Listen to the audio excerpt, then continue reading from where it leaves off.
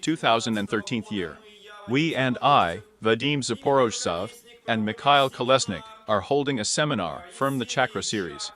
And this seminar is dedicated to the Vishuddha Chakra, or throat chakra. All archived information is available on the Open Yoga website, less than Earl greater than. So, before that, we had seminars on all the chakras, starting with the Earth principle. So, friends, today we are waiting for a fascinating, interesting excursion into this kind of, as they say, knowledge. As always, we will begin by analyzing those few widely known treatises mentioning the Vishuddha chakra that have come down from ancient times.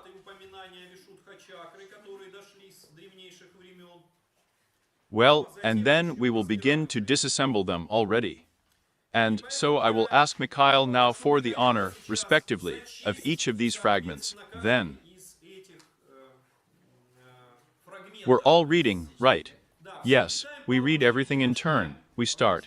What kind of source, and so on. Come on, Shiva Samhita is the first. In the Chinese, at the top of the yajna, they immediately comprehend all four yogs with their secrets. When Yajin concentrates on this secret place, with a feeling of anger, all three worlds begin to tremble. Even if the mind of one accidentally focuses on this place, it ceases to perceive the external world, and focuses on the world internally. His body never weakens, and remains full of strength for 1,000 years. It becomes as hard as a diamond. When one enters into such contemplation, 1,000 years is like a minute for him. Yeah, wonderful. So, 1 second, let's do a little binding. They all sat up straight, straightened their backs, necks, and heads. Imagine that there is a vase on your head, and you keep it in balance.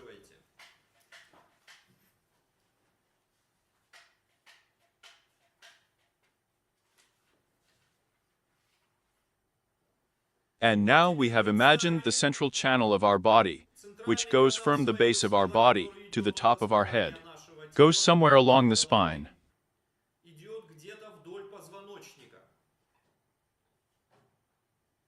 That is, the throat passes, then somewhere inside the head, it goes, and comes out at the top of the head.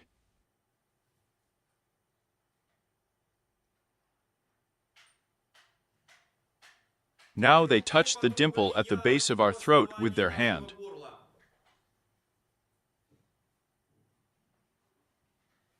Here, somewhere here, if we draw a straight line parallel to the floor, then it will intersect somewhere with our spine, somewhere with the corresponding central channel.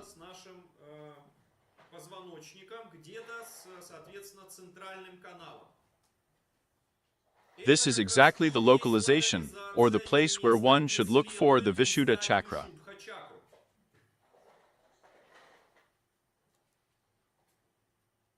And today's entire seminar, which will be ours, will be dedicated to this particular Vishuddha chakra.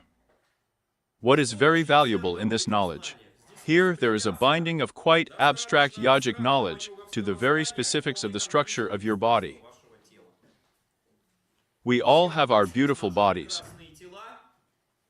And as yoga teaches, we should treat our bodies like a physicist treats his laboratory, where he can conduct experiments. Our laboratory is with us at any time of the day or night. The yogs and the unity of antiquity have been doing this for many thousands of years before us, and we will probably leave some knowledge behind. Everything that we are going to study with you now, in theory, we can rediscover ourselves if we spend many, many years again. But in their mercy, the teachers have given us texts that describe some conclusions from the knowledge that can be obtained with such a rediscovery.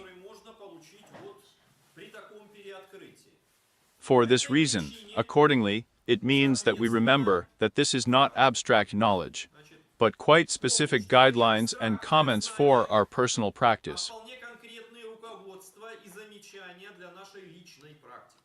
So, once again this piece. One more time. Shiva Samhita. Meditating. The Vishuddha meditator immediately comprehends all four yogas with their secrets. When Ijin, concentrating on this secret place, feels anger, all three worlds begin to tremble.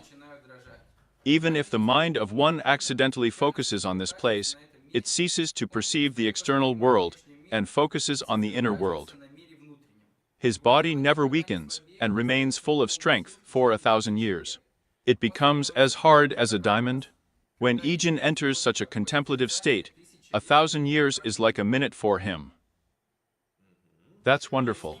It was Shiva Samhita. The following is the text that you and I should keep in mind. The following text is a P tradition of the Sith, yes, it turns out.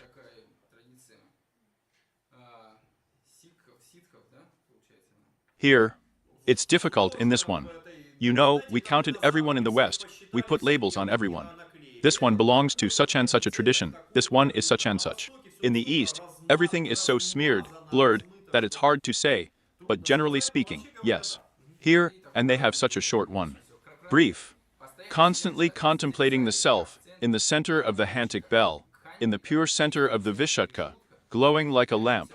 He takes the form of bliss. There was just a mention, so I took it. It is unlikely that we will focus on it too much. But in fact, if there was no more detailed description, then that's what I had to be content with, yes. Here, the next one, often it is just mentioned, is the Nirupana chakra. Here in the throat, a lotus is common, calling Vishuddha pure, smoky purple in color. All the letters shining on its 16 crimson petals are clearly visible to one whose mind is enlightened in Buddha. At the base of this lotus is a region of ether of a round shape, similar to the full moon. The bija of the barn is sitting here on a snow-white elephant, and his robe is white. Two of his hands hold a noose and a goad, while the other two make a gesture of blessing and averting fear. And this complements its charm. He always has a snow-white deity on his lap, a three-eyed, five-faced woman with 10 beautiful hands, dressed in a tiger skin. His face is connected with that which is born of the mountains of Parvati. And he is known by the name of Sada Shiva. Always blissful, beneficent. Yeah. Next. The Shadi Shakini shining in this lotus is purer than the ocean of nectar. Her robes are yellow, and in her 4 lotus-like hands she carries a bow, an arrow, a noose and a goad. The entire area of the moon is not stained with the sign of the hare. Here is the gateway of the path to great liberation for those who wish to attain the bliss of yoga, seek the senses purified and controlled. A sadhaka who has attained the fullness of knowledge of the Atman through the constant concentration of his consciousness on this lotus becomes a great saint, eloquent, wise, and enjoying unbroken peace of contemplation. He observes the past, the present, and the future, and becomes the benefactor of everything, free from ailments and suffering, long-lived, and, like Hamsa, the destroyer of endless dangers. Yu-game, whose mind is fixed steadily on this lotus, whose breath is controlled by Kumhaka, has the power to pass through the 3 worlds. Neither Brahma, nor Vishnu, nor Hari, Hera, Shiva, nor Suri, nor Ganapathy, Ganesha, are able to resist him. Yeah, wonderful. That is, let's continue with the next one. Then, in fact, as it were, it goes already. Hari. Aha. Hari. I greet Shiva in your Vishuddha, pure and transparent as crystal, the progenitor of ether, liberating the world from darkness. And that one goddess with him, who, like a bird, chakras enjoy the moonbeams emanating from them.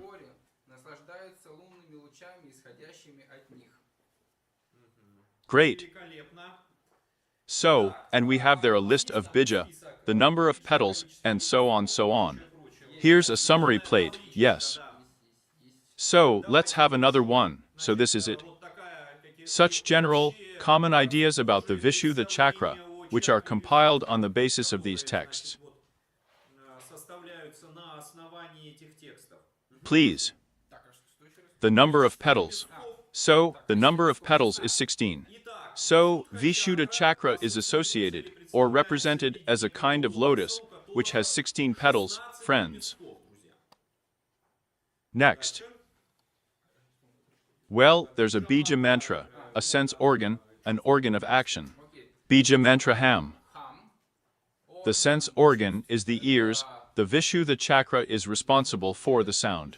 And the organ of action, well, respectively, the people. This we can pronounce.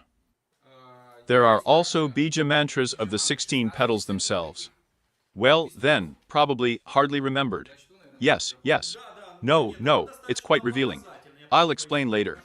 But please. Am, im, rom, am. And two such breathy am. Here are 16 of them.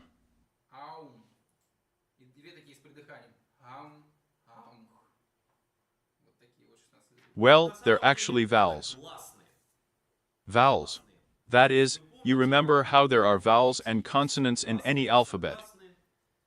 And Vishuddha is very interesting in this respect. It is also found there, in Sanskrit. Even I'm probably going to say this wrong now. Rail here in our simple this, vowels are counted there. Here's what we have a little differently. So, great.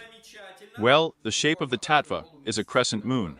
She is in a circle of a crescent moon, and so radiant, as if the light of a bright moon when it's cold, we go out and look at the moon.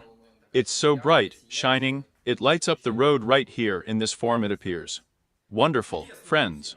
So here we are. This, in fact, is about a squeeze from all the books that are now wandering around Europe and America, concerning, therefore, the chakra, the Vishuddha chakra. Everything else is either interpretations, or such personal experiences of the Sali who wrote this book, but always the study of any yoga is valuable from the original source, and only then from some subjective experience that one or another person has already received in the future. Therefore, you should know it means, at least by ear, to know these treatises once again, Shiva Samhita. So the texts of Goroko, respectively. Ananda Lahari, Shat Chakra will not fall. So that you can hear them. By ear.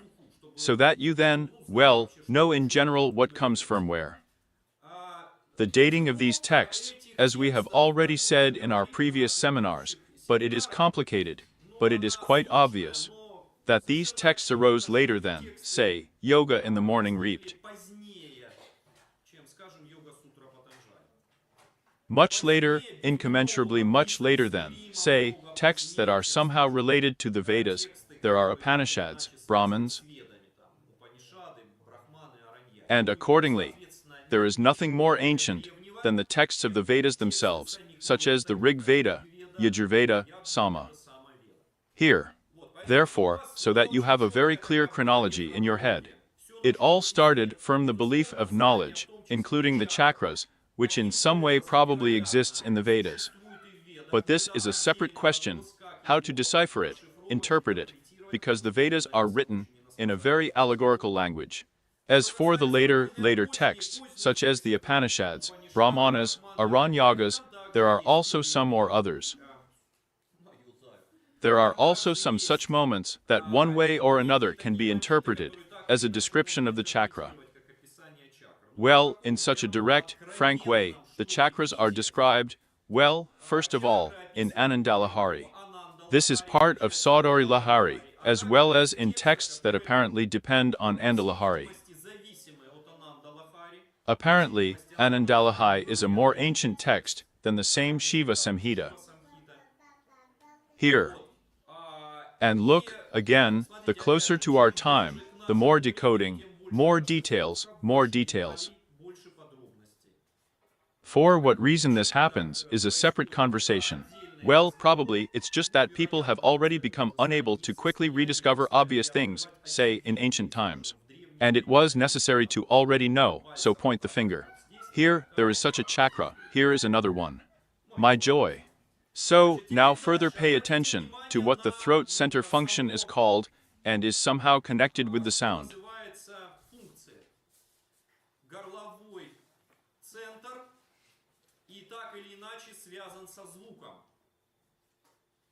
The organ that is actually responsible for the perception of sound and for the reproduction of sound.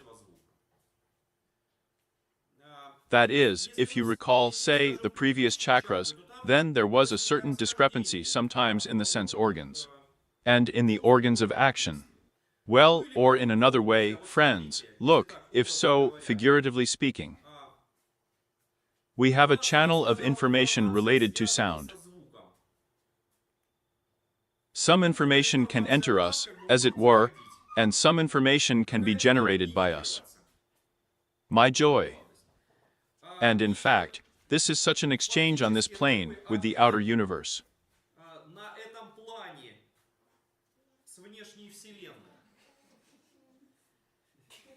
And the exchange is on the outer universe. But I remind you that here. Yes, and accordingly to yogs, which are very strongly associated with this ability to pronounce vibrations and perceive vibrations.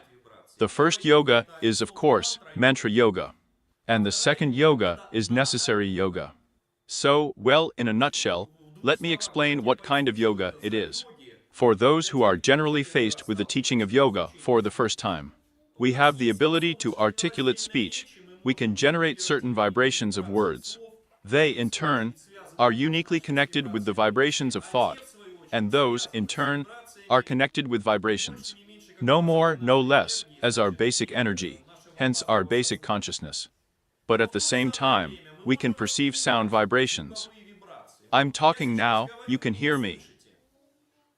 And my speech carries some information. Although, strictly speaking, these are vibrations. But more than that, and you hear with your own ears. Then your ears somehow transmit these vibrations, probably some nerve impulses, which in turn somehow transmit this phrase. And so on, until your consciousness highlights and recognizes the vibration values. The philosophy there is quite complicated. So it is considered that in addition, yes, and we perceive vibrations with our ears, but in addition, there is a direct perception of vibrations directly.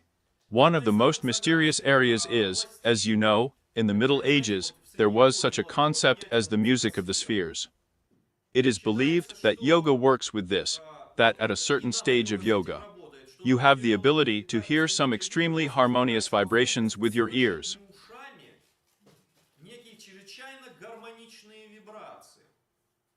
And in fact, they are so exciting that the mind is completely absorbed by them and enters into a state of such meditative samadhi.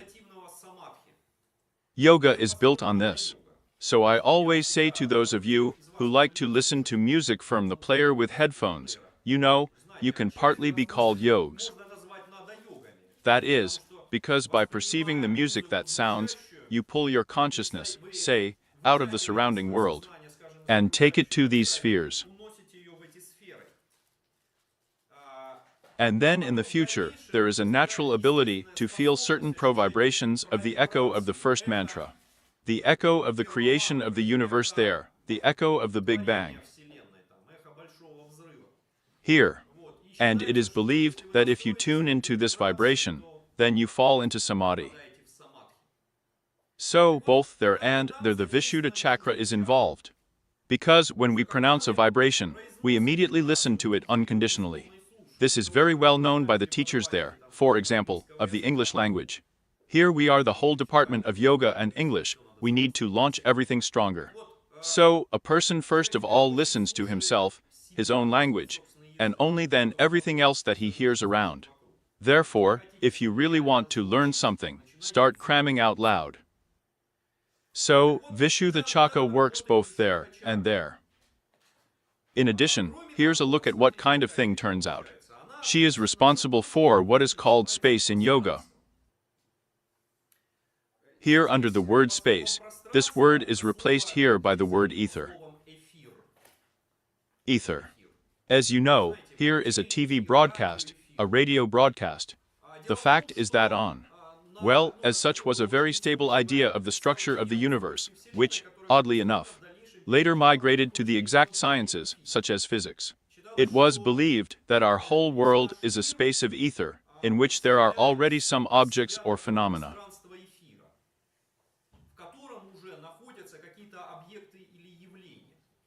But this is, in fact, a fairly primitive representation. Again, if we refer to the texts of ancient yoga, there is a somewhat peculiar understanding of the ether. Well, modern science has shown us that there is no such thing as an independent space, but there is a so-called spatial time continuum. We cannot talk separately about time without space, and vice versa. In other words, in fact, the concept of space is more complex than it seems at first glance. Physicists have made excellent use of this theory. As a result, they have discovered a lot of interesting laws. The output turned out to be, among other things, an atomic bomb. Here, that is, knowledge is power. But it's the same in yoga. If you know how this principle works, then you know, as if there is an opportunity to bypass the space factor. Here, science fiction writers have always had a favorite topic: teleportation, zero transition. I've been reading fiction for so long as a child, right? There they pressed a button and once, they found themselves in another place. Here. In fact, these thoughts are not 1,000 years old. If you read the ancient texts so carefully, there is this factor everywhere that space is overcome. Moreover, inside a person, there are all the necessary tools to work with space and to obtain such absolutely wonderful abilities.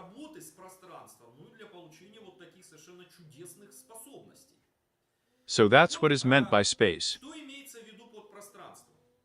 So, usually we have such, as physicists would say there, a kitchen idea. What is space? Well, here we are sitting in the hall now, right? Here is a certain number of cubic meters of space here. Cubature, right? The building.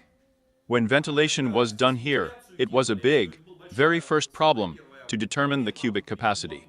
Which motor to put more or less. In other words, this is quite concrete. We have such a clear, rigid idea. But in fact, once again, these are our usual momentary ideas. Let's say it is known in the same physics that the space in our hall is curved. The space closer to the floor is more curved than on the ceiling. Why? Because of the Earth's gravity. This is known from science, from the general theory of relativity, as a matter of fact, a well-known topic for a long time. And therefore, we cannot say that there is some kind of rigid space. And the same idea, oddly enough, can be traced in yoga. They operate with a kind of universal concept of space.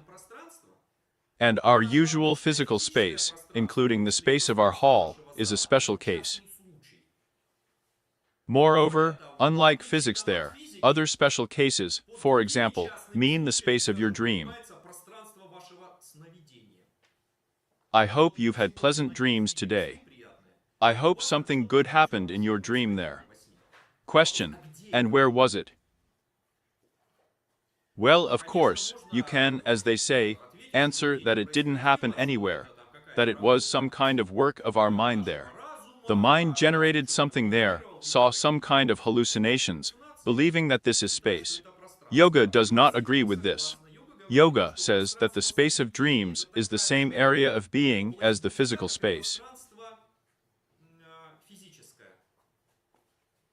Then, let's say the memory space.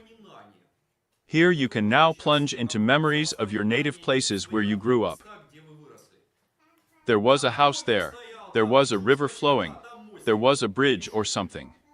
And you have a very clear idea. You can go to the same place as an adult and see that everyone has already concreted everything there. The bridge was demolished. And some kind of zombie was built there instead of a house. Zombie this one, apartment building. For cloning zombies. Here. But inside the memory, after all, everything is completely different. So, we're guarding the computer. Here. And here is the concept of ether. The concept of space in this respect in yoga is more abstract and, oddly enough, even closer to the concept of modern physicists. Although I remind you once again, yoga is not a substitute for science. That is, there are different methods and everything else, but it's very nice when you start to understand something. So, friends, there is such a thing as a place where vibrations propagate.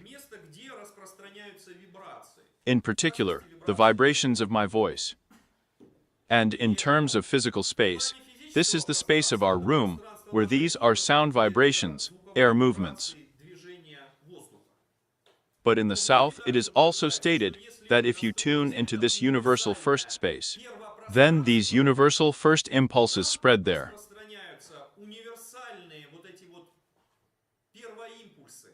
And we, within us, have the ability to perceive them. And since the property of that space is completely different, then, let's say, you can hear with your ears at some distance. And with some of his thin ears for any unlimited distance. And in yoga, you know, very often they depict one or another in a very strange pose. For example, Yogi Miloric is depicted holding his palm near his ear like this.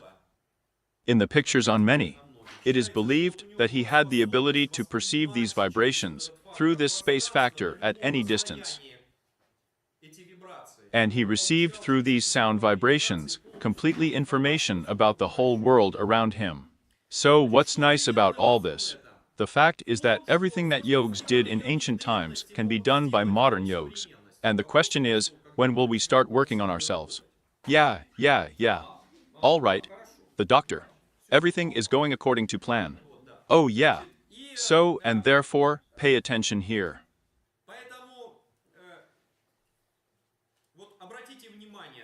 You can, as if absorbed into this first space, forget about the particular cases of space.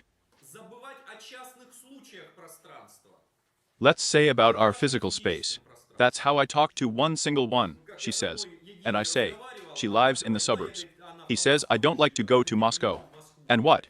Yes, he says, I'm going by train. There are faces all around. Here. Well, really muzzles. Yes, is there that? What is it? On the mirror to blame.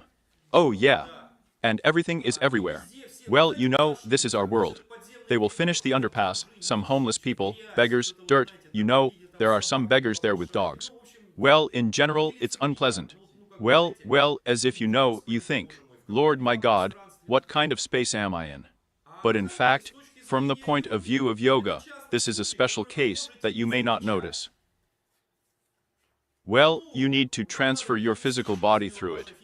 There's no getting away from it. But all the more subtle components can be anywhere else in a different way. But in particular, as in yoga, you know, this is the most. Recommendation: yes, you go in the same train or in a minibus, once you turned on your headphones, turned on your music, closed your eyes, and was transported to a completely different world. And the muzzles disappeared, you know. Here. Therefore, there is a purely practical side here. But the most interesting, and the most, well, truly fascinating, and difficult to understand section in yoga, is that it is possible to exist and create bodies at the level of space, at the sound level of this level of the Vishuddha chakra.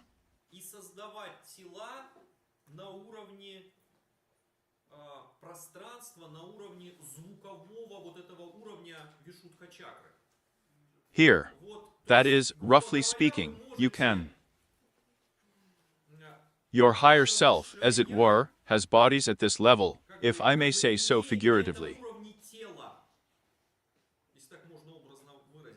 And as soon as you comprehend it, all the lower chakras become under your control. That is, if you have taken control of the space, too, and the heart chakra, and the navel chakra, and so on. Everything becomes under control. Just like, you know, how our whole world is painted on a canvas, and then layers on it. But if you control the canvas, you control any part of the painting. If you didn't like something, you tore off a piece of canvas, and that's it. There's no one there anymore. No one will draw graffiti. You understand, right? Here's from a spray can. Because there's nothing to draw on. Here. Therefore, if you want, then you can manage these with those who paint where they don't get, right? Control Vishuddhachakra, but sensitively. So, it turns out that by concentrating on this chakra, you can achieve your aspect of samadhi.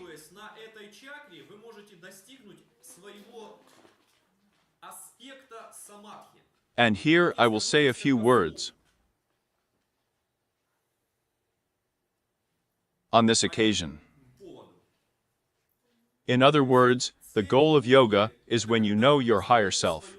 But we have a lot of distractions in our lives.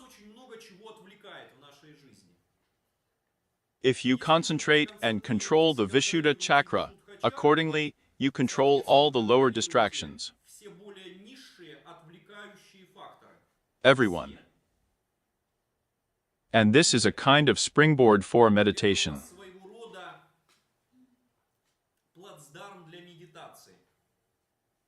That's why meditation, where Vishuddha chakra is used, is based on the fact that you concentrate on the concept of the sound that sounds, and the sound that speaks, and they are extremely powerful.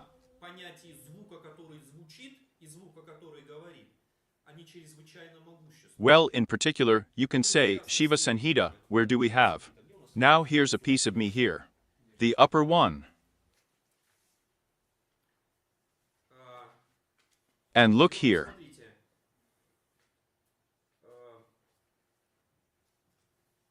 Well. When Ijin concentrates on this secret place, he feels anger. All three worlds begin to tremble. I mean, you know, right?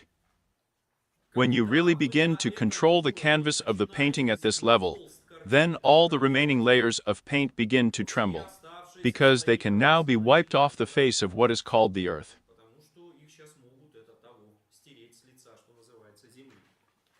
And now on.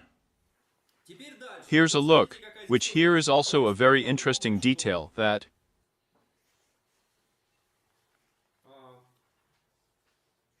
is such a technique given for meditation. Well, first of all, the binding is purely physical. A certain center at the base of the throat.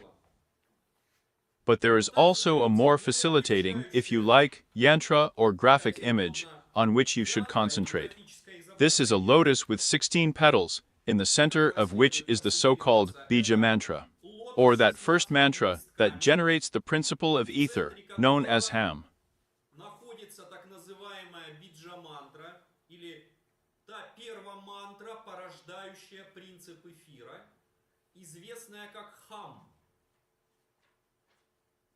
And the petals actually depict, or these petals are vowel letters.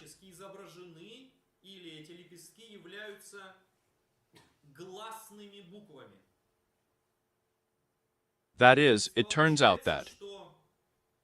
What is speech, friends? This is the sound of vowels colored by consonants. You can't pronounce a consonant letter in its pure form. You can only have a combination of the idea of a consonant and the embodiment in a vowel. That's why, you know, such a factor correlates, as the whole world consists of consciousness of energy. You don't see consciousness, but it structures energy. Also, in the alphabet, which goes back to the mantra of yoga, it is precisely believed that, in fact, the life of any letter is given by a vowel and a consonant-only colors.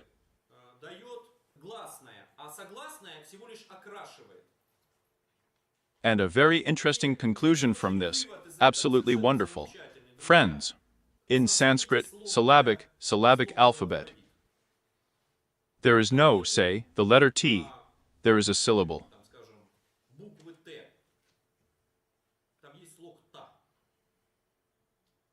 Because even here I speak Russian, the letter T is actually T, and it turns out if you break it. a consonant that gives life to a vowel. And from this there arises an absolutely wonderful moment for mantra yoga, namely for the correct use of the power of the word.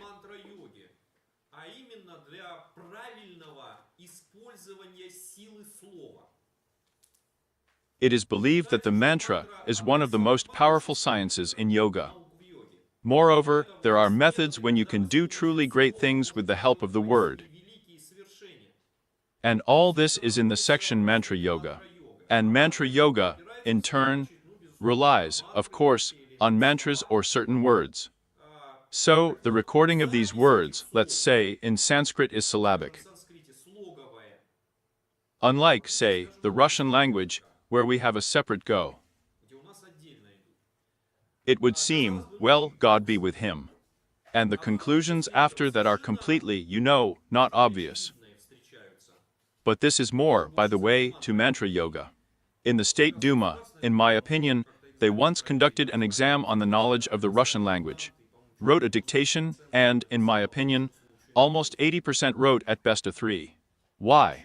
Because our sound and spelling are so different that you have to be, a professor of linguistics there to remember it all. And you remember that if the law is violated there by more than 80% of the residents, then this is no longer the law. The law is what is for the majority, not for the minority. In other words, this is our payback for misunderstanding. For not understanding what is called a word, vibration. For not understanding how, of what bricks this vibration, which carries knowledge, consists.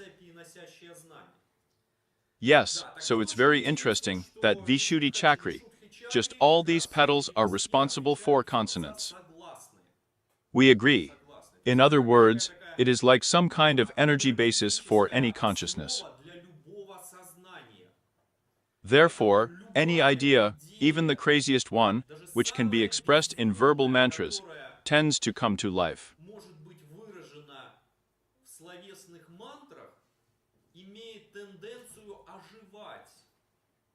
And as a result, there is such a concept in mantra yoga as the power of the word.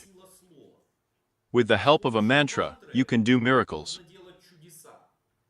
You can bring back to life with the right word, but you can kill. Do you understand?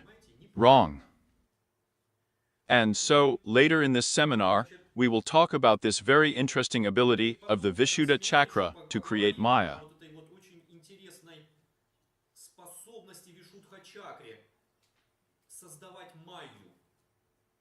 Or in another way to charm with a word. One of the images that corresponds to the Vishuddha Chakra is a peacock. You know peacock. So this is the one. How is that? Remember, right? This cartoon was about Munchausen. Yes, yes. Can't you see we're eating? Do you remember this there? Yes. He's very handsome. Especially when he's fanning his tail like that. He's all the colors of the rainbow. Well, and in order for the peacock's girlfriend to like it. So you understand, right? He fascinates her. He says I'm beautiful all around. There is no one else. Here. This, by the way, guys, take note. Here. It means that you will not be eloquent. You will not sing praises to your girls. They will not appreciate the power of your consciousness. Because there is nothing to grasp consciousness for.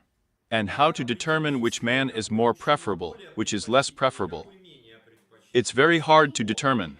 What is consciousness? It is not graspable. So therefore, there must be some kind of thing that, well, could manifest consciousness most beautifully, simply and quickly. And what is it? It's definitely a poem that's out there. I remember a wonderful moment. You appeared before me, didn't you? And the girls like it. I like to listen to compliments. But stupid young men for some reason do not understand this. Like, well, I'll tell you that I love you. Well, I love you. Well, that's what else to repeat the same thing. These are stupid men. A smart man would say, oh, moon-faced. Oh, the fairest before the light, whose mine is there. The dream of my whole life, and so on. Why? Because, you know, that's just like a peacock's tail so many times. And he charmed his girlfriend, just like a literate man. If he is endowed with a strong consciousness, then he knows how to show it. And the speech center, Vishuddha Chakra, is the most convenient tool for this. The most convenient. Because all the other expressions of their, so to speak, lack of recognition, their interest in a person of the opposite sex, they are less, well, so eloquent. Well, maybe someone should throw out a knee there, take off his hat, there and kneel there. Yes, nice to the girl, nice. But not 100%. But if he means that he composed some kind of poem, and even under the window on his Brunhild, preventing the neighbors from singing it. Yes. Why? Because this is a very strong indicator of the strength of a man's consciousness. Well, for women, of course. Therefore, as one of these, you know, there are already a number of such practical indirect conclusions. But what can we take from Vishuddha Chakra? Therefore, what is the conclusion? Guys, we work with voice, we work with versification, with praise. And a girl's compliments are never enough. Remember, right? There are few and indecently few, you know. Here. Yes. So now I'm going to ask Mikhail, respectively, to introduce us to Arthur Avalon, here with those excerpts that.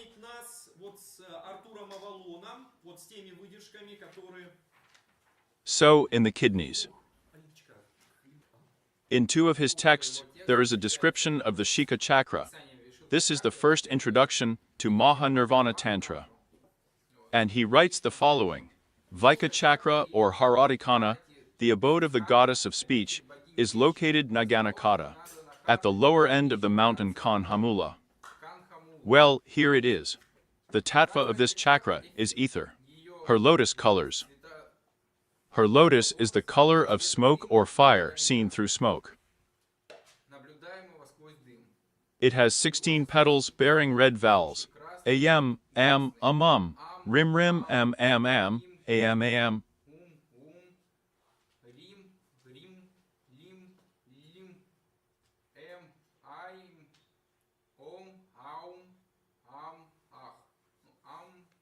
Here, but they turn out to be double, as it were, because they have a long and short I.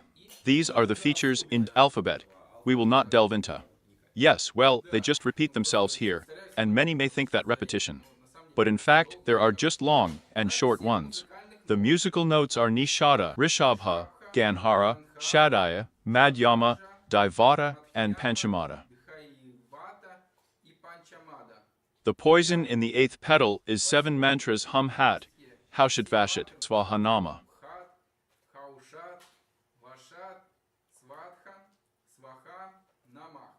And in the 16th petal is the nectar of Amrita. In the pericarpi, there is a triangular space, inside of which resides the androgynous Shiva, known as Ankanarishvara.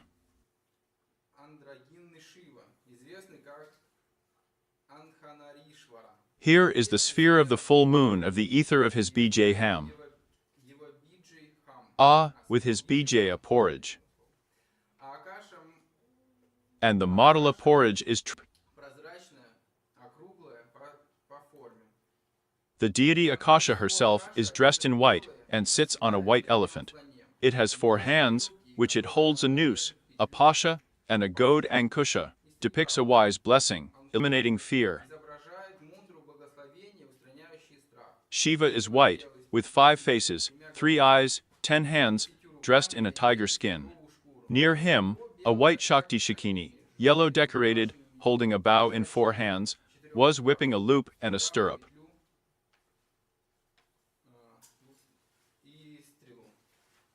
Now, this is the conduct of Mahanirvana Tantra. And now snakes. Snake power. Yes. Yes. Now the next fragment will be from the text Snake Power, which was written by John George Woodrow, aka Arthur Vallon. This is, well, actually, one of the authoritative sources. From the base, he takes the Shat Chakra Nirupana.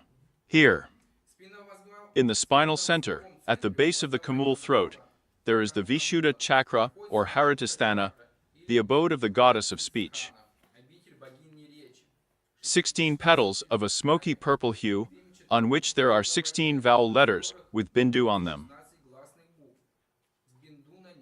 Accordingly, am, im, rom, and am, o and tu with a breath of am.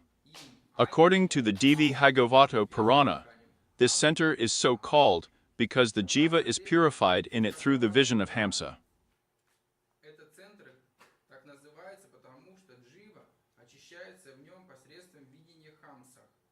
Here is the center of the white circle of Akasha or Tattva of ether, whose bija is Ham. Akasha is dressed in white and sits on a white elephant.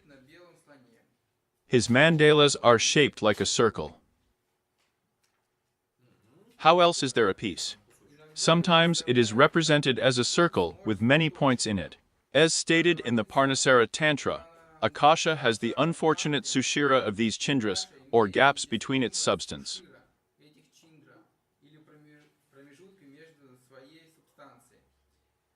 This is because it has such a nature things exist in space.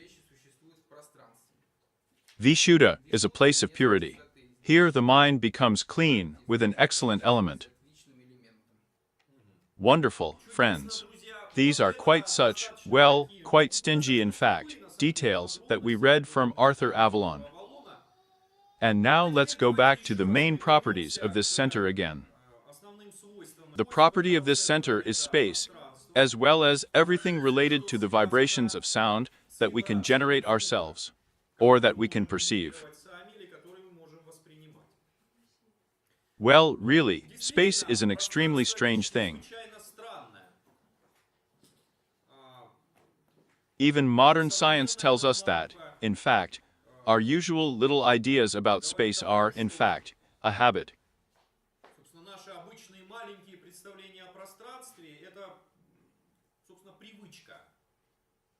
Moreover, even modern science is similar to the theory of yoga. It says that once the principle of space itself was generated from the axiomatics of yoga, from ancient sources of yoga. It is known that the whole world was created with the help of a mantra.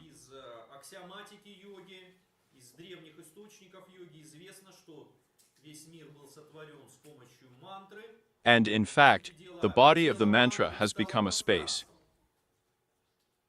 Moreover, there was once a time when there was neither time nor space. And then, this root cause unfolded itself, both in time and in space.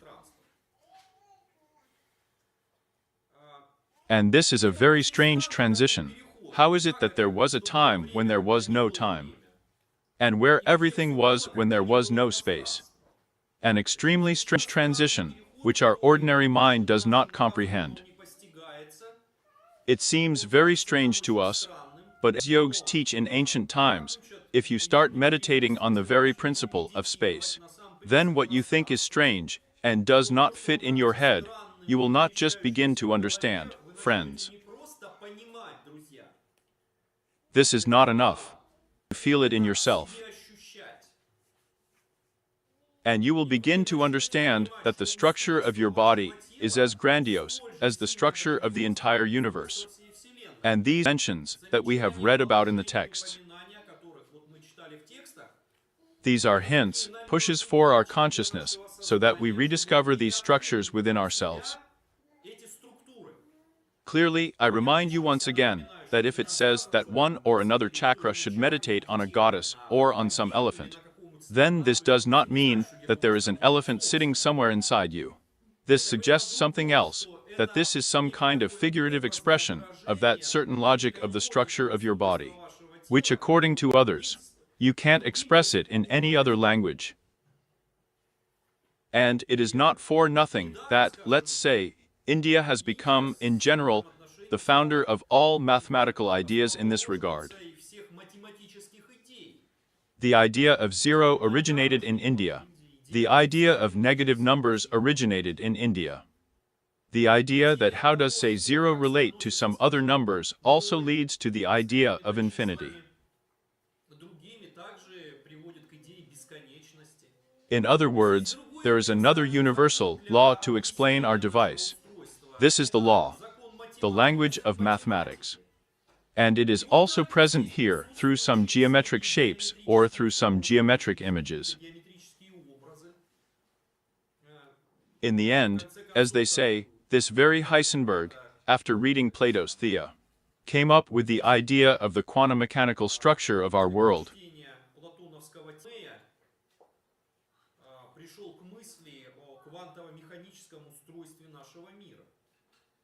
Plato, by the way, had similar ideas with these treatises, that all the first elements have a different form. And some of them are in the form of triangles, in the form of circles, others there are crescents, these are squares there, and so on. So therefore, look at how these texts should be perceived. These are like pointers for personal practice. Here you have started to work on yourself, doing types of yoga. Then something began to open up to you, and you begin to courses with those treatises, with those teachings that you have read. And only in this way will you begin to understand the true meaning of Chuck's description. But God forbid you to take it literally. Because right now there are crowds of not quite sane, so-called yogs from the Yajins walking around the West, who literally believe that there is a lotus with 16 petals somewhere there. And there are some letters painted on them, scrawled on them. It's much more complicated, friends, but also more exciting. And now on. Let's focus once again on the basic principle of this lotus space. Let's reflect with you, but what is space? Well, it's quite obvious that this is some kind of container for something else. In other words, let's say space and nothing are two different things.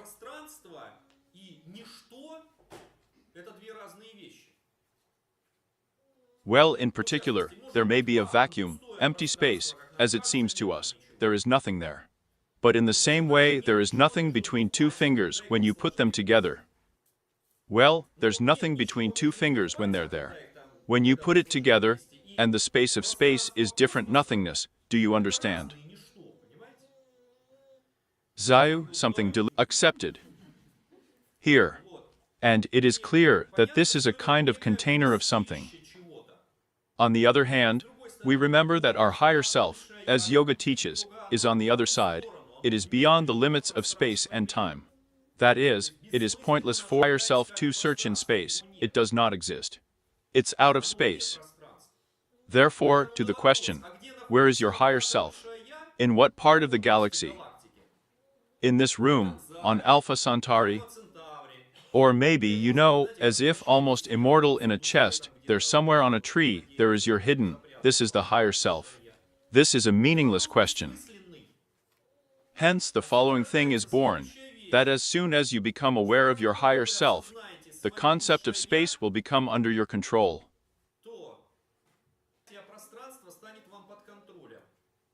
And, in fact, you can move to any point in space. In ancient texts, we read absolutely wonderful fairy tales, you know, fairy tales, even they are called by someone. That Egon there, who has reached some level in yoga, decided, generally speaking, to ask how the universe works. And went to the edge of space. Well, how to relate to this, right? Here I took it, went, how to drive on an airplane, on a rocket there, or something else. And the fact is that if you go to the level of your higher self, then the concept of space is secondary. It's like you've come out of any point, and you can enter any point again. Here. But it's absolutely aerobatics to realize yourself. It is much more interesting for us, so to speak, beginner yogs, yes, we are just learning. We remember? We have our manifestation in our world. What is called prana? Prana. Prana is a kind of stream of consciousness energy that comes out of our higher self, which is outside of time and space, but enters into time and space, where your bodies are located. Well, once again, you are all sitting in the hall now. Your higher self is outside of time and space, and your bodies are sitting here inside time and space. Your consciousness, I hope, is riveted to the meaning of our seminar. And your higher self, God knows where, somehow, it means that it receives this information. Here. Later, we will touch upon such a thing, that there is another such plane, a boundary dividing space. Hence, our higher self is also the so-called plane of mind. It is believed that the chakra of the mind, which is located in the area, means this third eye or between the eyebrows. It is higher than the concept of space. Accordingly, it can be concluded that the mind can function outside of space. In other words, you can imagine then this scheme, when one, being aware of his mind, could really transfer his mind to any point in space and draw information from there. This is what is meant by the fact that we eat there went to explore the universe.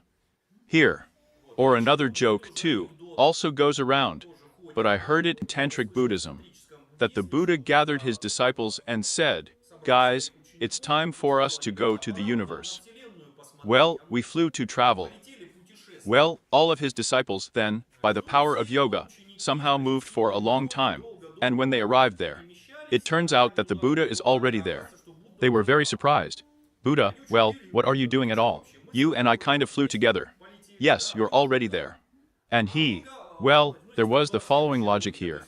That is, you are transported through, well, as if projecting space, and I am. Well, you go to a more universal level of space and move through it, and I move through a higher level, that is, my mind. It's enough for me to think, and I'm already where I wanted to think. A very strange thing indeed, but it would seem that maybe this is a hallucination. Maybe they smoked something there, but I do not know if they ate something there. As many people now claim in all seriousness that they say some kind of nonsense is needed, therefore the same result. Immediately called, frankly speaking, yoga and dope in any form has nothing to do with each other. At least for the simple reason that you start to be addicted to dope and yoga leads to freedom. You understand, right? In other words, everything that you achieve in yoga, you should achieve without dope in principle. Do you understand? In principle, no matter what kind of smart guy was found there and started telling you something. So, look what kind of thing it turns out that, as we have already said in previous classes, first of all, if you control the Vishuddha chakra, you control all the lower chakras with everyone, with all manifestations. Tactile, vision then. What else do we have left? There was a sense of smell, a sense of touch, a taste. On the other hand, you remember this law. If you want to develop the next chakra, break the previous one. Therefore, if you have problems developing your intellectual abilities, or the principle of reason, you should start, oddly enough, with the principle of speech. Speeches, friends. Do you want to develop your mind? Start with the language. This was perfectly understood, I must say, in the Middle Ages, or let's say in later times. They forced everyone to study and memorize Greek Latin. In general, if you are interested in what they taught there in these medieval universities, in Germany or by the way, most of the time they hammered Greek and Latin there. But on the one hand, Latin was a universal language of communication. How do you remember what Latin is? There was a Roman Empire, it fell apart, it became, as they say, independent states, but Latin remained. Therefore, everyone understood each other through Latin. But the idea was something else. The idea is not even that you are there. And Greek, it was even less used, okay. And the fact is that when you start cramming and repeating, and repeating, and repeating, you involuntarily begin to work with your speech, and involuntarily begin to awaken the Vishuddha chakra. And if you start to awaken, willy-nilly, your mind begins to work in full. Moreover, I remind you that in ancient times, the Vedas were not written down, but transmitted orally. A person had to learn to recite them aloud from memory. They're not small, I have to say. Open up, we have the Rig Veda there. We have a wonderful library. Let's brag then. We opened a library there. Rig Veda with 3 volumes extreme. So that you roughly represent the volumes. Here, here, here, here, please, yes. That's how I'll try to convey it. Sometimes people ask why they weren't recorded. And imagine that you are. And this one, what's his name? Traveling, right? Yes, with these. And, well, you have to understand, what kind of font is here, what kind of paper, and what kind of paper was there before. This volume is about it, this is it. On palm leaves, right. And we are told that knowledge was brought to India, so these are the tribes of the Aryans who came from Central Asia there, and so on. Imagine that, right? If they would have started dragging, it means that this is all on their back. We also have to carry food. Here. But one way or another, even for a modern person, to memorize and remember from memory these 3 volumes. Well, actually, this is a challenge for his intellect. You understand, right? This is one trouble. And this is one trouble, yes, absolutely right. This is the Rig Veda. Yes. And generally speaking, there are canonically 3 Vedas, because some refer to the Veda from Harva, some do not refer to the Vedas. And besides that, the Veda itself is Yajurveda. In other words, your cart is simply filled to the brim with all the texts. So that's it. And it develops intelligence extremely strongly. Here I just once witnessed such a thing. I have a personal one like this. It means that I am in one rather inaccessible place, so I have communicated with a Brahmin. A good Brahmin, a real one, without fools.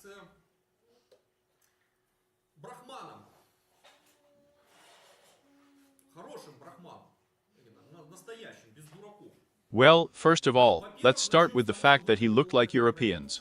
Though dark-skinned, like Hindus, right?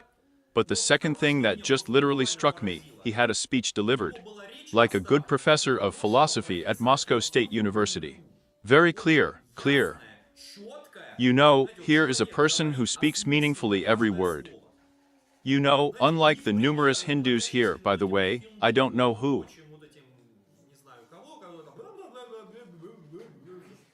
These were the Vedas. They very clearly demanded to master the methods of consciousness, the methods of speech.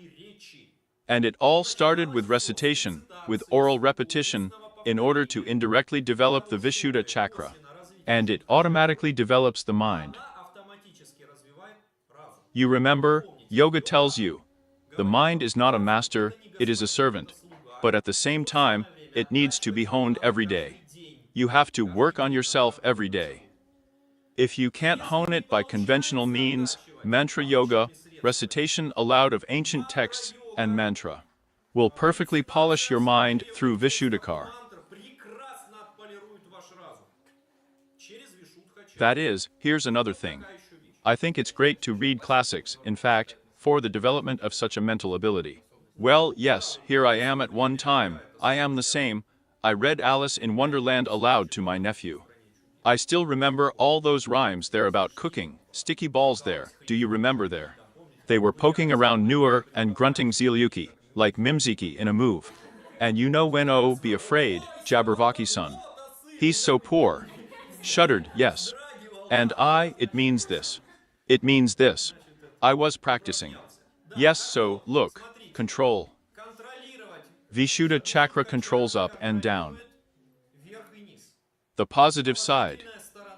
The power of the word is in your hands. You can use the word to control others. This is the Vishuddha chakra. But the downside is that you can abuse this power of words and get carried away in such chatter.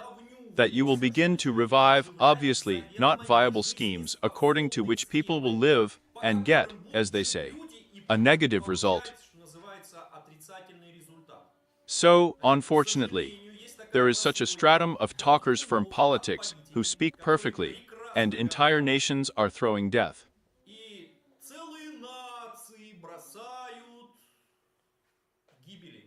Well, the most eloquent situation recently was with Germany. You remember, Adolf Ivanovich Hitler came, he could speak very well. His speech was rude, but everyone listened with a bang. Then it became clear to him, so it was not up to speeches. Goebbels began to speak for him. He also speaks beautifully. And listen to him, some of them are even historical. I remember that he had this very historical moment when he called for total war. Newsreel footage has been preserved. The whole hall was enchanted. And there are, some veterans from the Eastern Front. One of them doesn't have an arm there, the other one doesn't have a leg, he's on crutches there. And those, then, clap, hurrah, hurrah, we go on to fight. They should have gotten the brains. And this is the charming power of the word, friends. And God forbid, there will be some such master of the Vishuddha Chakra who will literally charm entire nations. And throw them God knows in what incomprehensible directions. Therefore, you remember, a big force is a big responsibility. If you master the methods of the Vishuddha Chakra, you will have a very big opportunity, on the contrary, to save or direct people in the right direction.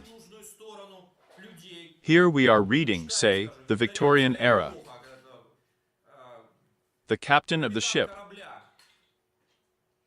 The fire started on the ship. And there are very harsh morals. The captain of the ship on the ship could shoot anyone, if then, it means that people's lives are in danger. A calm captain comes out, and with a calm word, a fire. Well, never mind, put it out. And that's all with your calmness. Everyone ran, put it out. If he had trembled even a little, panic would have started, the ship would have capsized, everyone killed each other, and Here it is mine, my embodiment of vet. Here. My 4. No, let the hair climb. For educational purposes, I really like it when children climb at my seminar. Friends, the whole point of what I'm saying is, here he goes. Small, pretty. Here. If he bothers you, yoga bothers you too. I understand. Because sometimes I hear, oh, we want to get higher knowledge, and there are children running, jumping. Nothing, endure it, you will develop a pratyahara, a one-way meditation on words. Here. Mayusayat. Children never interfere with yoga. Nowhere and never. All the same, the background is what you need, it will reach you. And the fact that it didn't come, it wouldn't have come anyway. Here. So, we go further. So, the power of the word. A powerful force. You can save the word.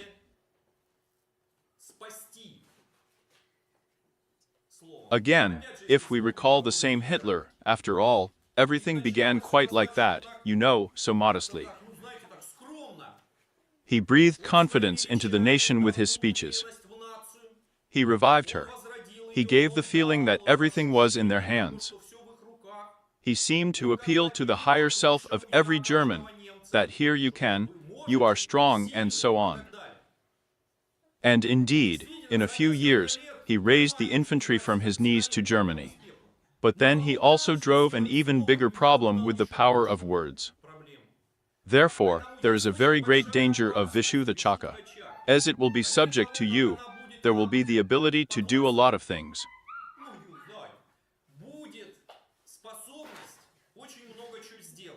But the slightest dream of the mind, and you will start voicing some delusional ideas, and yourself fall under the hypnosis of your own word.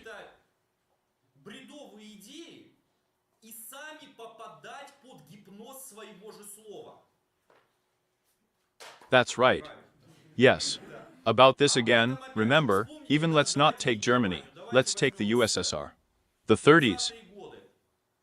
Now one speaker, then another speaks. He starts saying some kind of thing, sometimes outright nonsense, absolutely right. Here. And then he begins to believe in it himself. And this is a very big danger, that you have such a displacement in your head.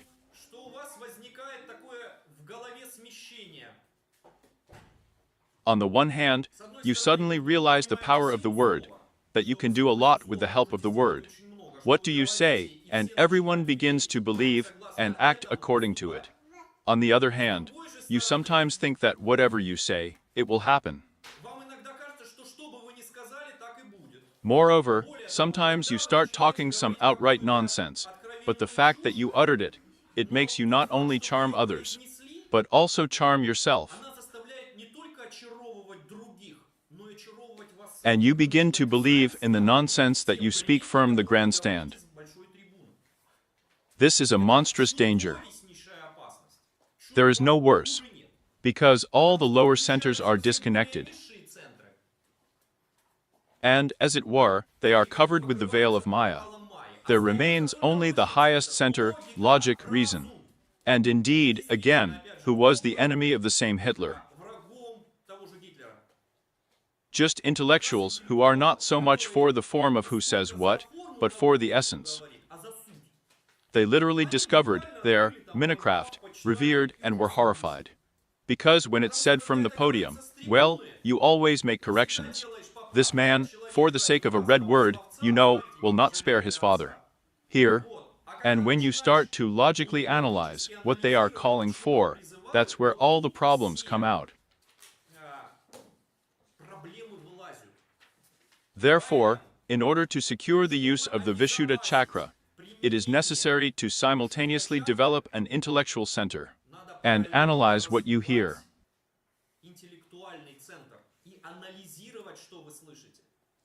There will always be such speakers who will say such nonsense, but it will sound so sweet that you will involuntarily follow him. Many politicians use it, but it's worth stopping, rewriting what you heard on a piece of paper and analyzing it in a calm atmosphere. Will you grab your head? What is he carrying? So the next thing is, in order not to fall into the clutches of these talkers who own the word, yoga recommends the following scheme to us.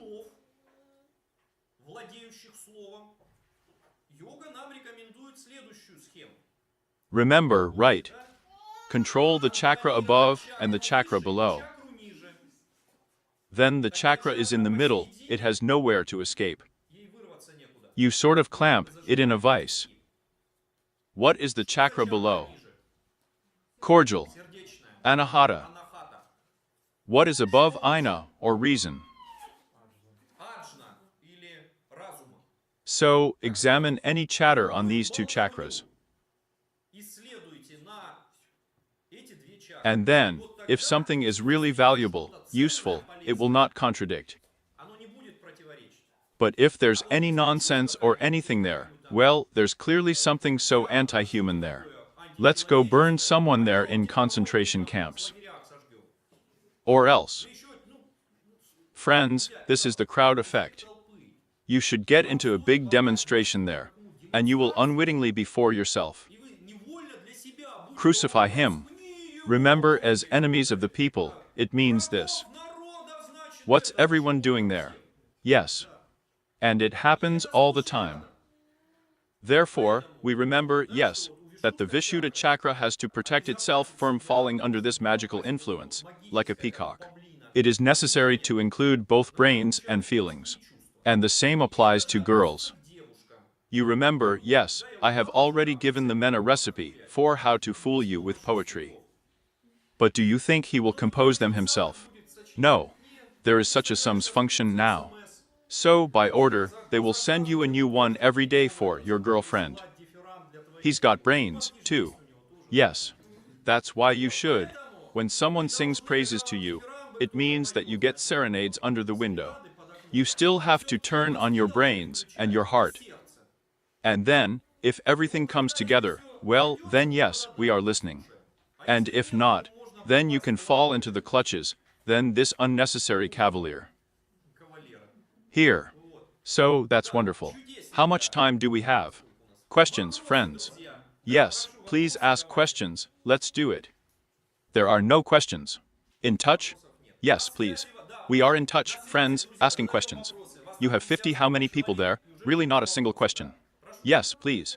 Well, if, accordingly, the principle of space is lower than the principle of reason, Then can we say that, as if this space cannot be listened to, it is created by reason? Yes, no. And, as if the mind, in turn, is the basis for the canvas of space to arise. That is, all the spaces, in all of its even the most exotic types. And in yoga, there are very exotic types of spaces, yes, that is, we simply do not know. And many of these texts do not reach us. So, come on. It turns out that the very possibility of the emergence of the concept of space itself, it can arise no earlier than the concept arises that reason can arise. Generally speaking, all of this refers to the moment of creation of the universe.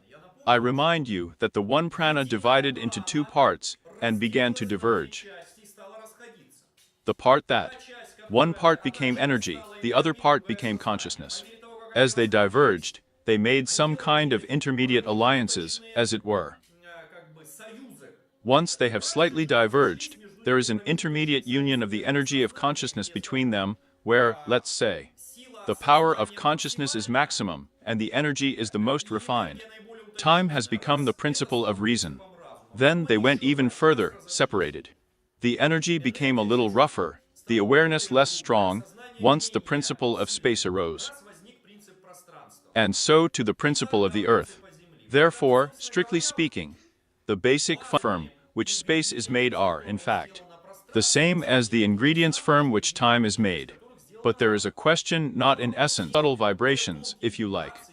Although, again, our language probably does not fully express all these nuances. But once again, the logic is this. At creation, at the creation of the world, or at your entry into this life. Once we were all born here nicely, we created the principles of mind, space. So, what's next for us? Yeah. Yes. And then, I have the principle of it now. Throat chakra. Yes. Very helpful, right? For Vishu the chakra. So, who else has what? Yes, please. Part-time students, come on. Yeah. What do they write? Ivan Dubovic. In the text you can find about the ability to move in space, but there is no crow movement in time. If we fix space, does it follow that we have fixed time as well? This is a difficult question. In fact, this is a difficult question with time. The fact is that there is another factor. This is the law of karma, which says that first there is a cause, and then there is an effect. In fact, this is the law of linear unfolding of time. And we live with you, as you understand, when we have a cause first, and then an effect. It was only in Alice in Wonderland that it was the other way around. There's an ant, first she bled from her finger, and only then she pricked this finger. That is, a completely abstract such thing, and why not? Why not be in this world? Therefore, it turns out that all events as long as we are in the plane of space and time, and linear in the plane of karma, then it is clear that if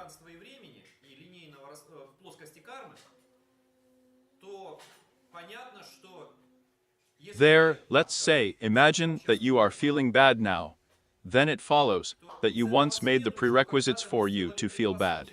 And not the other way around. You are now suffering for what you will have there, for what you will do tomorrow, right? So that's how they punished you for the future, right?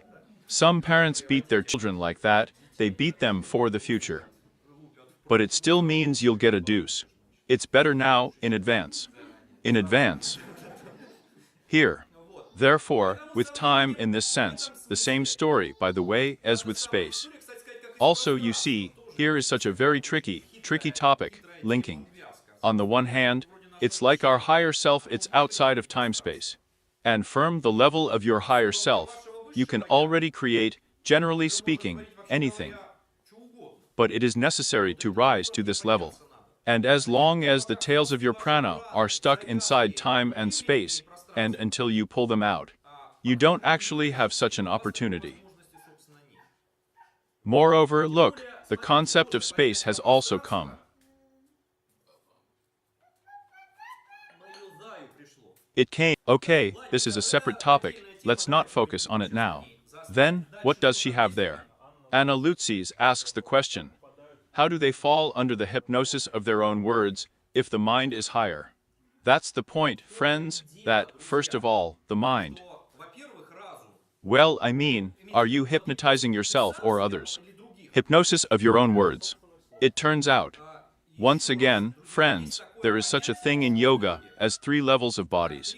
One of the most subtle levels is the causal level. And so if you know, to speak so figuratively. Figuratively. How did a girl get married to such a jerk? She should have turned on her brain when he was courting her. And she was charmed. You understand, right? Why? Because there are opportunities to influence more subtle structures, which, in turn, imperceptibly affect us, including the mind.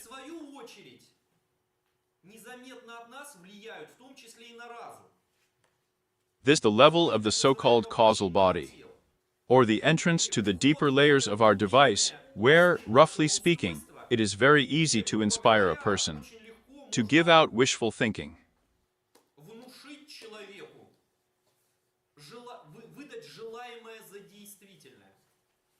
And here is the factor of how we introduce ourselves, our mind into such a state that the picture we are voicing is too sweet, and we want to believe in it.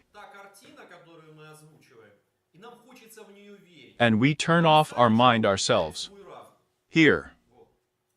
There's more. There is this. She's better at asking a question. How does a written word work?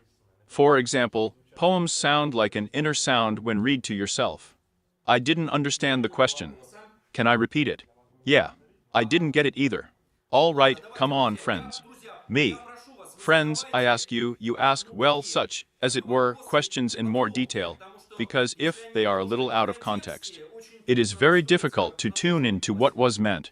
He draws some analogy with the idea that this is when we read the written poems, and this is some kind of inner sound. Well, maybe. How does the written word affect? No, well, it's written in general. How the word is written works. Yes, it's one thing to read the sound, but another thing about yourself. That is, well, friends, you are still any word when you see it. You generate a vibration inside yourself, as it sounds. Another conversation is that this is a vibration at the level, so to speak, of your mind. Otherwise, you wouldn't understand the meaning of it. But the trouble is that to concentrate, when we have a high level of concentration, we can calmly concentrate on the inner. What arises? But when we have a low level of concentration, and we don't say it, then we, well, as if the mind can eat, and think about something else. We kind of think like, but we don't understand. And so, of course, it's better. What is Vereshchagin? So, questions from the audience. Yes, please. the grid, the center. It is associated with transition and wakefulness, not everything, and so on. Here, oh, wonderful questions for the top 5, friends. In general, the top 5 is the future of this one. What should she call it after all? And when you have the item, remind me, I promised a 5. Here. Yes, friends, and this is where Vishuddha Chakra has a very strange ability. It is believed that she is responsible for making you fall asleep, and also responsible at the time of death for, roughly speaking, separating the subtle bodies from the gross body.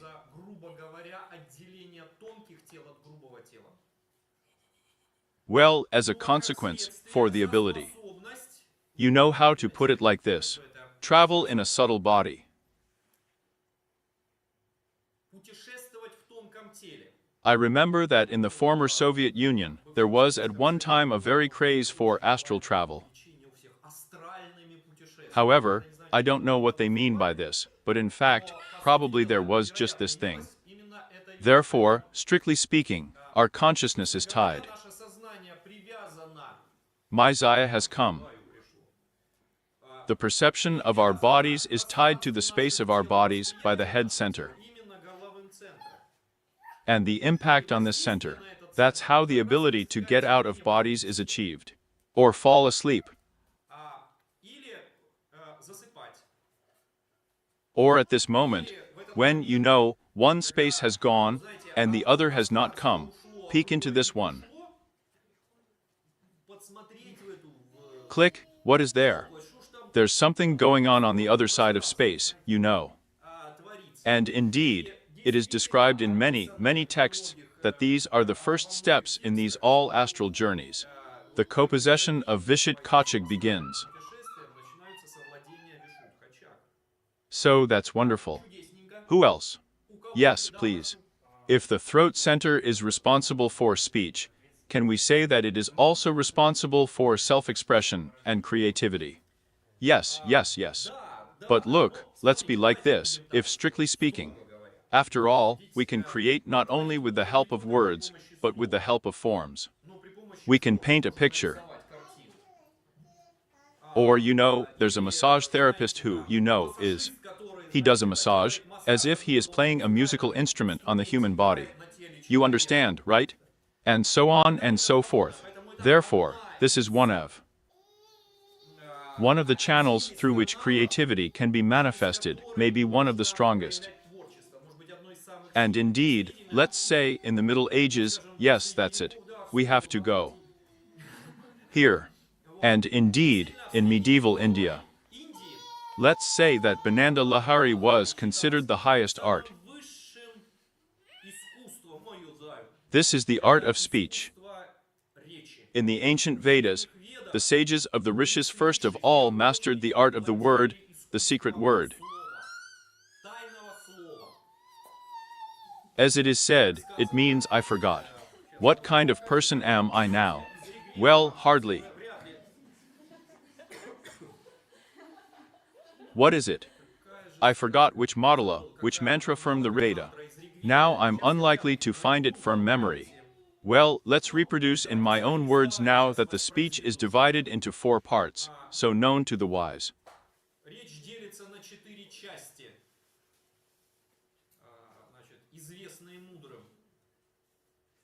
One-fourth is used by people. I've already forgotten. I forgot everything, I'm starting to lie. How very beautiful it is there. And who remembers? I just forgot, yes. That is, in terms of the fact that it was believed that the really creative manifestation is the strongest through the word. The world is created with words and mantras. You can control it with words and mantras. In other words, this may be the strongest manifestation of the consciousness factor. Easily controlled, always at hand. Easier to hear. Therefore, actors, let's say, are determined by voice. Not by facial expressions, not by movements, but by voice. Here. So, who has any more questions? Yes, please. The Japanese have a very slender system. The Japanese, what? They took death very lightly in the Middle Ages. I don't know how it is now. And they have a very beautiful explanation. When they die, everyone lives there with them sometimes. At the same time, the girls often finished. They were also with the samurai. They often stuck a dagger into their mountain. If we add to this the method of hanging, if it can be explained. Full solitaire. From the point of view of some kind of consciously leaving world, right? But if death occurs, and the effect on the throat, can we talk about any features? Well, you know, it seems to me that the attribution to the Japanese of excessive, this cruel monstrosity, that they have a cult of death, that there is a little bit of harakiri, there is that disregard for the life of another.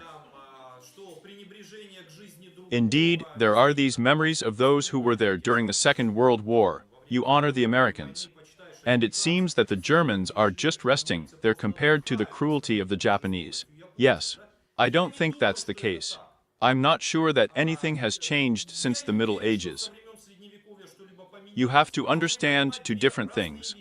That a true samurai, who had this competent attitude to death, to all the numerous new models that just started. Well, you know, how this craze went and everything. Well, how they just start mowing it down. Two big differences. Indeed, for a samurai, this is the concept of duty, which is above all. And in this sense, in order to concentrate on your duty, it is really best to reflect on your death. When you start clinging to all the tempting things, because, well, at death's door, everything somehow looks different, as if you were just going to live forever. And then, of course, this is already the beginning of abuse. I just want to say in defense of the poor Japanese, well, it seems to me that they are not so bloodthirsty. That is, they are not so cruel, they do not deify it so much there, this, well, as if death. And as for, then, as it is, the easiest way to leave this life, yes, well, generally speaking, in the texts, in yoga, it was believed that any sage could leave with an effort of will. That is, it is not necessary to do all harakiri or anything else there. There you go. And as for how these methods are connected there. So there? Kill yourself and others. Well, I don't know what to say about this. Indeed, the carotid arteries, here they are. Blocked, bang and all, and died. Here? That is, there may be some special spiritual way of death that I do not know. Friends, I find it difficult to answer. Well, in general they say, let's be more life-affirming, right? Let's rather talk about her falling in love by selling her. There is a question. This time in Russian, she asks, what is meant by owning a chat? Oh, good question. That's exactly what we're going to talk about in the next part of our seminar. So, great. Who else has what? Everyone has nothing. So, a short break. Let's go. So, friends, today we have the 30th of November, 2013 year. I am Vadim Zaporožtsov. Mikhail Kolesnikov and I are conducting a seminar on the Vishuddha Chakra. All information is on the website of Open Yoga, less than Earl greater than. This is the second part. Unfortunately, the first part was not recorded on audio, but only here. They threw it off. Here's the recorder. Wonderful, super. Super. All right. So, we are going further now. The topic is interesting, the topic is important. Astral travel in mind control. The whole set, you know. It's serious. Let's start with a question. Part-time students, do you have any questions? There is such a question. Yes. Alessia Minitskaya. Yeah. Fears, smoking, self-doubt can interfere with the development of our chakra. Jokes. Fears, smoking, self-doubt. Yes, friends, all of these. Look, let's take it in order. Let's start with smoking. What is smoking? As Leo Tolstoy said, the American Indians, in revenge for the fact that the whites taught them to drink, taught the whites to smoke. And it is not yet clear what is more harmful. It's not clear. Indeed, smoking involves some such factors that are known from Yoga Pranama, and they really give such an effect. Well, how can I tell you, calming. What is done beautifully in Pranayama Yoga is done here, to put it mildly, dirty. So therefore, if you haven't smoked, and don't start, don't try. If you already smoke, try to get rid of it, but not in 3 days. Do you understand? That's the most important thing, so that there is no companionship. This is a different conversation. So it's clear that there, in some conditions, let's say during the war, there, when you got bombed there. You go out, your arms and legs are shaking, there would be at least some, antidepressant, right? There was also a Makarojka. But you're not at war now, are you? Not in the war. Bombs don't fall. No. Not yet, right? Here. Now the fears are the same situation. What was the third one there? Self-doubt. Well, self-doubt is the same fears, only a side view. Here. All this blocks your idea of yourself and really interferes with the study of the subtle structures of your body. Any more questions? Thank you very much. Have you asked another question about what it means to master the chakra? Yeah. Yes, well, we'll touch on that now. Do you have any questions in the audience? Is nothing clear? Very good. Me too. There isn't? Again, you can still go from the other side on this issue. It turns out that fear is where we got it from. We have him on Muladhara, in fact. I am not sure of myself. She seems to work more with Manipura, when there is no such charisma, and so on, personality. It turns out that we, as it were, lower this energy down when we are afraid, and are not on the top. And it turns out that we involuntarily concentrate on the lower chakra, and not on tails. So we stop holding the lower chakras in our power, right? And we go down. Yes, I am absolutely correct. And the reverse situation. It means that mantra yoga, the repetition of well-known mantras, leads to the fact that it is easier for you to overcome fear and self-doubt easier. I had such a case, in fact, very revealing, as I can tell you.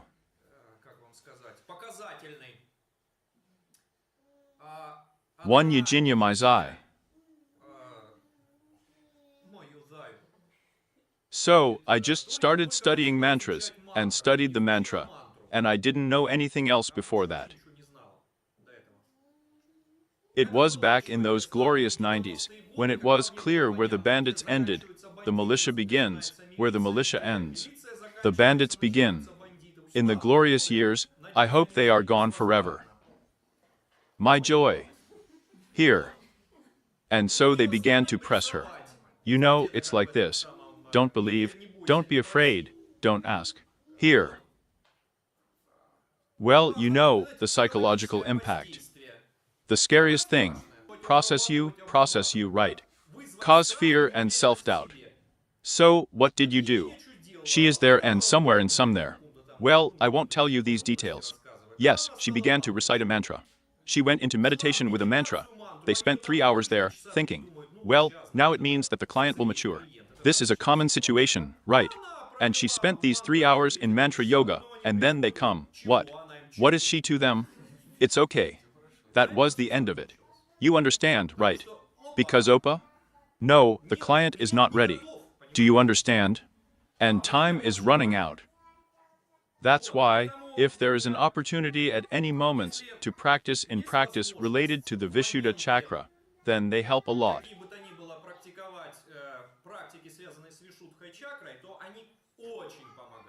Very. Then we go along with this. Please introduce yourself. Yuri, Vega Group, International Open University. The speech is measured by 4 quarters. They are known by the Brahmins, who are wise. 3 secretly folded quarters, they do not let the entrance. In the 4th quarter of the speech, people speak. That is, look, there is also such a very interesting bookmark here with working with vibrations. That sound vibrations are like, well, our usual words, 1/4 of what is laid inside there.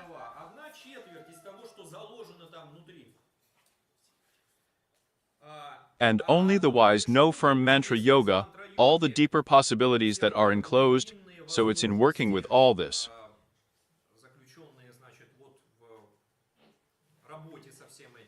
So, that's wonderful. Any more questions? There are no questions. Mikhail, please continue. Yes. Oh, very well.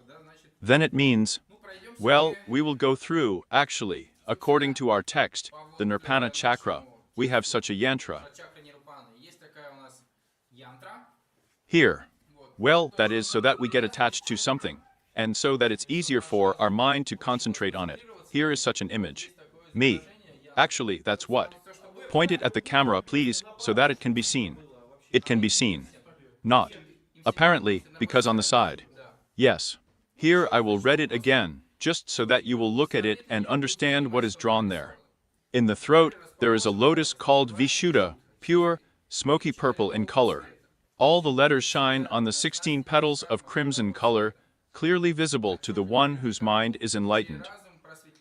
At the base of this lotus is a circular area of ether, similar to a crescent full moon.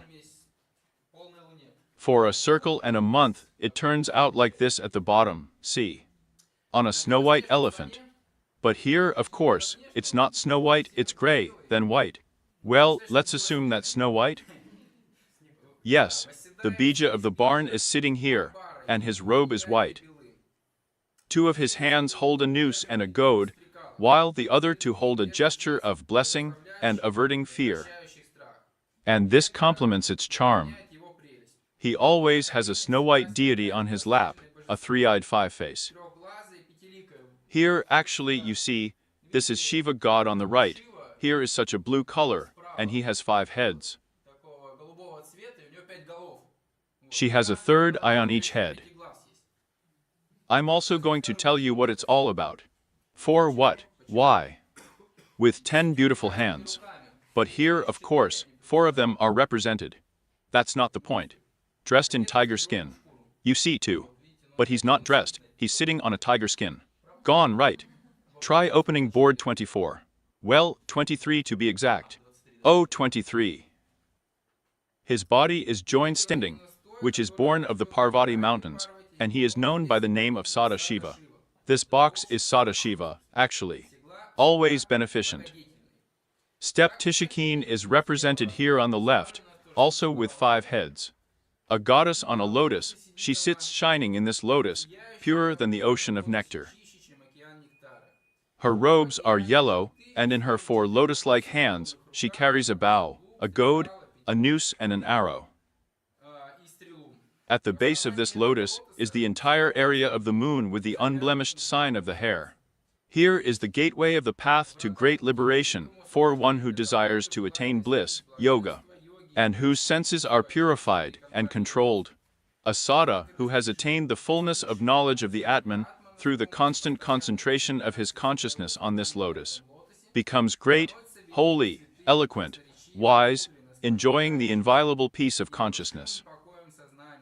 He observes the past, the present and the future, becomes the benefactor of everything, free from ailments and suffering, long-lived, and like Hamsa, destroyers of endless dangers.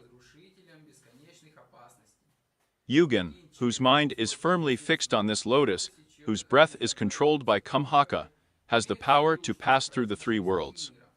They are Brahma, not Brahma, Vishnu, neither Hari, Hera, Shiva, nor Suri, nor Ganapati, are capable of contradicting him.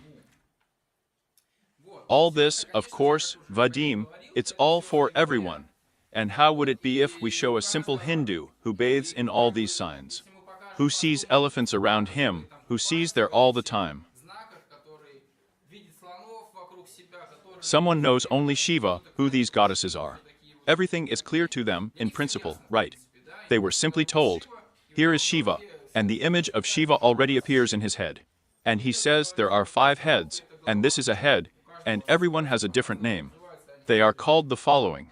Now I'll tell you 2. The first, the second, the third, Sada Shiva, the 4th Rudra, and the 5th Ishana.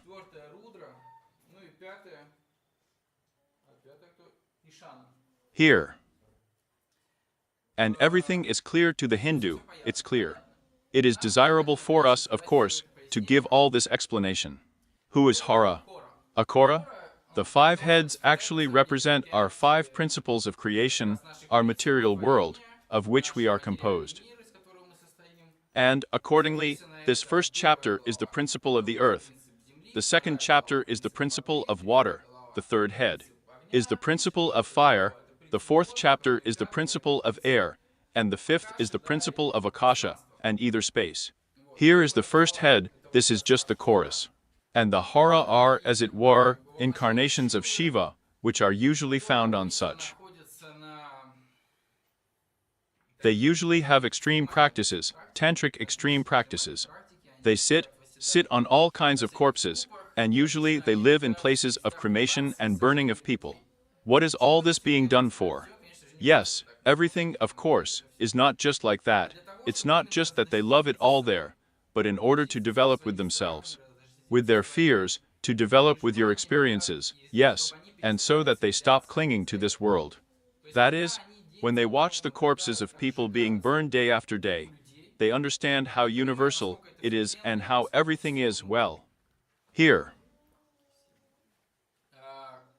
How temporary all this is. And it's not worth doing it, as it were, to concentrate on it. And accordingly, a person who has reached such a state, yes, that is, space, which is what we are talking about now, he, as it were, ceases to concentrate on the lower centers. Here. Okay, let's go. The second head is also round and round. Here, it represents God, it is called Ishana. This is the principle of water. The next one is Mahadeva. It's like the central one and it's square.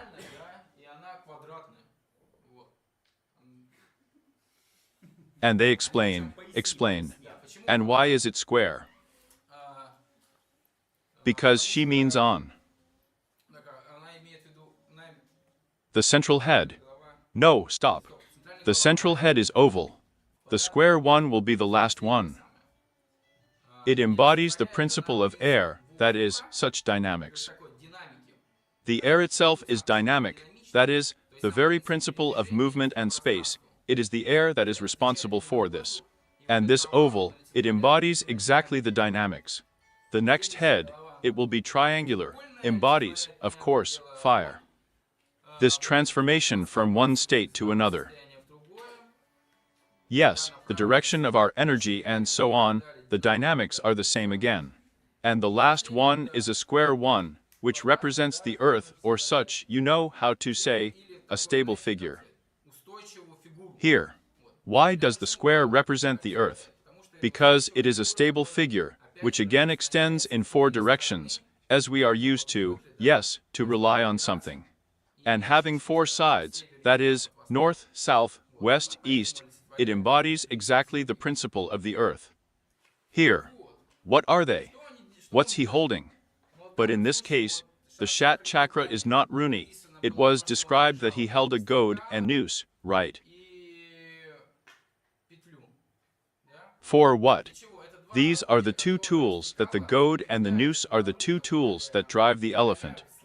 The goad is designed to drive the elephant, but the loop holds it. Elephant, here is our comrade below. I'm going to touch it right away. An elephant, that is, an animal, in every chakra like this, in every yantra like this. He personifies exactly our original desires. That is, as if a person who is on this chakra, yes, but not yet engaged in yoga, not engaged in his transformation, yes. Spiritual growth here. He has his own qualities, this man, and somehow behaves. His man who is on this Vishuddha Chakli, roughly speaking, he looks like an elephant. What do you mean like an elephant? Yes, it's hard for us to imagine that. And here it means exactly that this is a wise animal.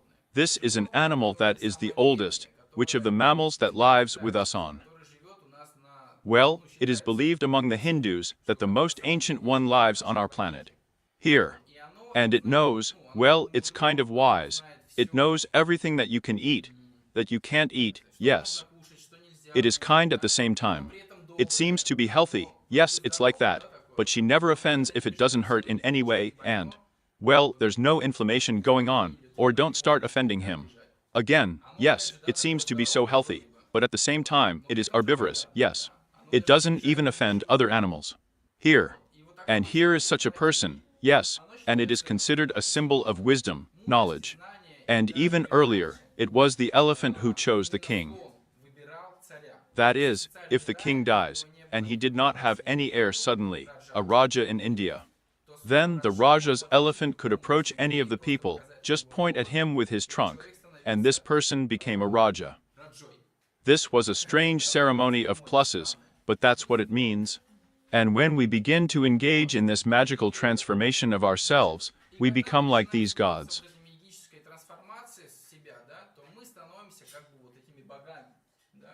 Namely, here is one aspect I told Shiva, right?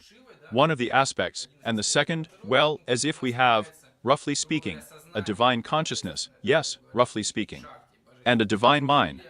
That is, or are we beginning to possess attributes, roughly speaking, divine, that is, more developed, yes. That is, what they would be original, how we can develop them. So, and accordingly, well, it's clear accordingly, right? Then what was the goad for, what was the loop for? It is in order to ride this elephant. To ride this elephant of wisdom, this elephant of such untouchability, yes. This elephant who is above all these animals, by the way, animals, yes, who? That's why we have Shiva sitting on a tiger. The tiger personifies this aggression, this throwing of the mind, and here is a man who has already taken over this. He sits on this tiger skin, and he begins to meditate on it.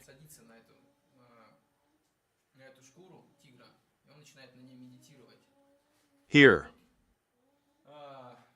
The following, well, firm the attributes of R. Yes, for example, Shiva, he has a trident. What does his trident represent? It's not just like that either. He personifies our three, well, first of all, body groups. Yes, this is causal, this is our subtle body, that is, thoughts, some experiences, and our physical body. In other words, a person who already finds Chakliyan Mashutka begins to meditate, begins to learn it, as it were, to reveal it in himself. He begins to become the owner of his bodies, begins to be unaffected. Also personify the three gunas, that is, the sattva guna, the raja gunas, the tamas gunas. What is tamas? It's such inertia, it's such stupidity of our mind, it's such stupidity, yes. Joy is such speed, yes, and our desire to act, the desire to somehow manifest.